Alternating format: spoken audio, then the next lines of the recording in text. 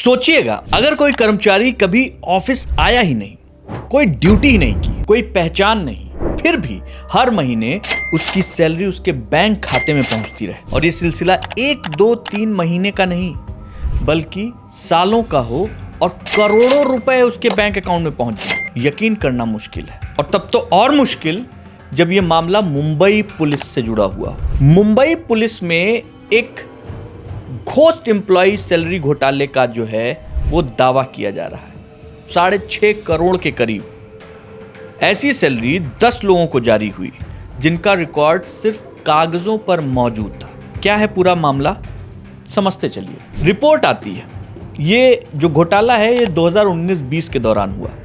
बताया जा रहा है कि जो वेतन प्रणाली में 10 ऐसे नाम दर्ज थे जो वास्तविक पुलिस कर्मचारी थे ही नहीं, इसके बावजूद उनके नाम पर नियमित वेतन जारी होता रहा।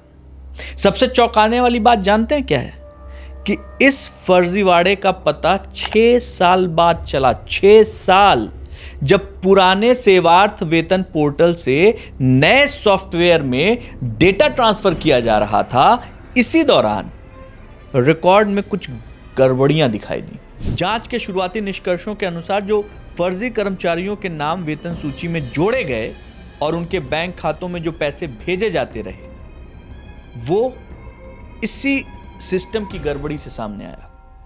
अब सबसे बड़ा सवाल यही है कि इन नामों को सिस्टम में किसने जोड़ा, किस स्तर पर मंजूरी मिली, बैंक खाते किसके थे और इतने सालों तक ऑडिट में यह मामला क्यों नहीं पकड़ा गया।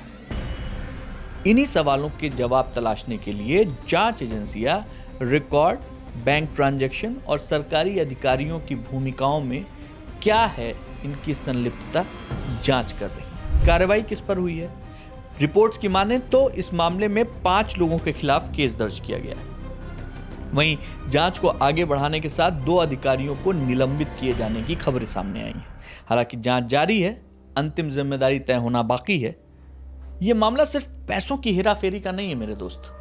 ये सरकारी वेतन प्रणाली जो आंतरिक ऑडिट होता है और निगरानी व्यवस्था पर भी गंभीर सवाल खड़े करता है। अगर किसी विभाग के वर्षों तक फर्जी कर्मचारी वेतन लेते रहें तो इसका मतलब है कई स्तरों पर जांच की और सत्यापन जो होता है वो प्रक्रिया विफल रही है। और ये तो पुलिस का मामला है, मुंबई पुलिस सबसे तेज तर्रार।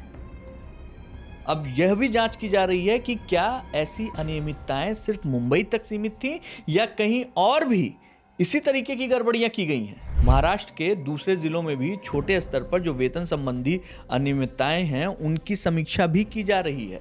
डिजिटल सिस्टम का उद्देश्य पारदर्शिता बढ़ाना है, लेकिन अगर डेटा एंट्री और सत्यापन और ये सारी चीज़ें जो तकनीकी रूप से जो धोखाधड़ी हो रही है, अगर इसको रोका नहीं गया तो अंदर की जो ये दीमक है ये अंदर ही अंदर सब खत्म कर डालेगी। विशेषज्ञों की माने तो जो नियमित डिजिटल ऑडिट और कर्मचारियों का सत्यापन है और जो मजबूत आंतरिक नियंत्रण है, ऐसी घटनाओं को रोकने में अपनी भूमिका निभा सकते हैं। लेकिन मुंबई पुलिस के इस घोस्ट एम्प्लॉय सैलरी घोटाले ने कई बड़े सवाल खड़े कर दिए। आखिरकार करोड़ों रुपए किसके पास पहुंचे, जिम्मेदार कौन है, क्या कभी पूरा पैसा वसूला जाएगा? जांच जारी है, आने वाले दिनों में इस मामले में और खुलासे हो सकते हैं। देखते हैं क्या निकल कर आता है। अगर आपको ये विश्लेषण समझ में आया हो, पसंद आया हो, लाइक जरूर कीजिएगा और न्यूज़ फर्स्ट भारत को सब्सक्राइब करना ना भूलें। जय हिंद।